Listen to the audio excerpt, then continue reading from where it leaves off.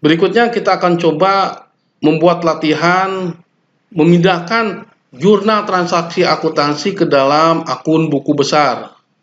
Seperti nampak di layar, ini sudah ada jurnal umum suatu kegiatan usaha.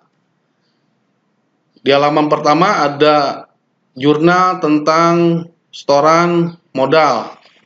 Transaksi yang kedua ada jurnal tentang membayar biaya dibayar di muka. Kemudian di transaksi berikutnya ada pemindah bukuan dari bank ke kas.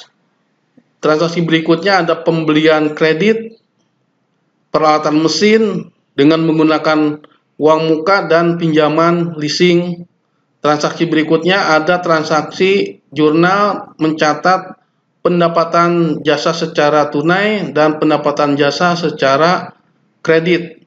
Jadi kita bisa lihat di sini ada beberapa akun transaksi yang akan dikelompokkan ke dalam masing-masing akun yang sudah dicatat dalam jurnal akuntansi. Contohnya di sini bisa kita lihat untuk yang pertama ada akun buku kas. Di sini kita bisa pindahkan di tanggal 2 Juni adanya pemindah bukuan dari rekening bank BCA ke uang kas operasional, sehingga masuk di posisi debit kas operasional 10 juta untuk akun buku besar kas. Kemudian di tanggal 5 Juni ada pengurangan kas operasional karena adanya pembayaran uang muka pembelian kredit mesin dan dicatat di sisi kredit. Maka kita pindahkan dari jurnal transaksi akuntansi yang berhubungan dengan akun kas masuk ke dalam buku besar kasnya, sehingga total atau saldo buku besar kas sebesar 5 juta, di mana tadi sisi debit 10 juta dan adanya sisi kredit sebesar 5 juta, sehingga sisa dari kas yang ada dalam perusahaan sebesar 5 juta di sisi debit.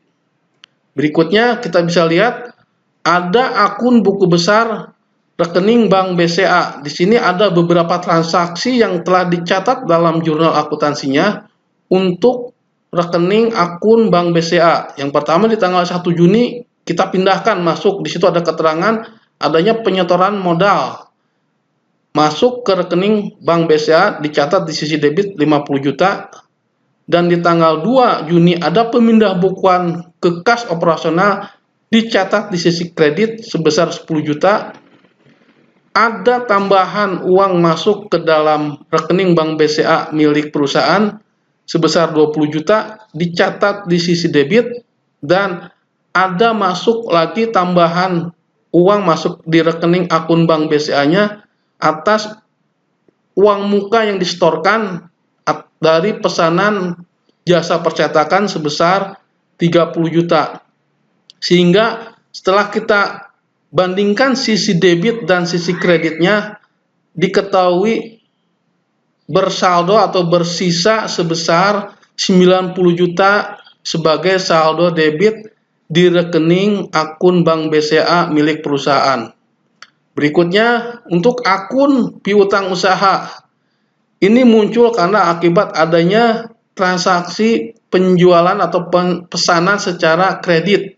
Di tanggal 10 Juni diterima pesanan secara kredit dari PT Abadi sebesar 75 juta dan dibayarkan uang mukanya 30 juta, sehingga adanya piutang usaha sebesar 45 juta dicatat di sisi debit pada akun piutang usaha milik perusahaan. Berikutnya ada akun mesin yang dibeli secara kredit.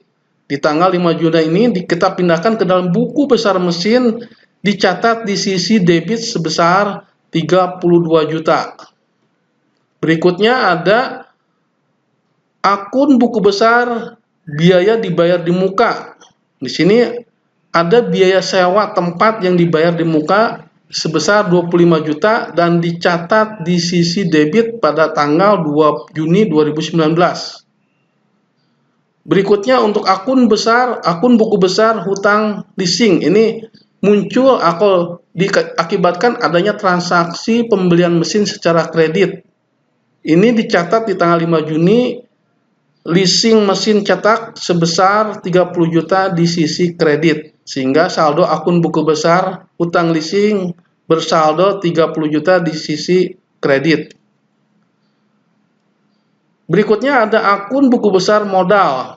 Ini ada modal setoran Tuan Abdul di tanggal 1 Juni di sisi kredit, sehingga masuk ke dalam akun buku besar pun dicatat di sisi kredit dan bersaldo akhir kredit sebesar 50 juta.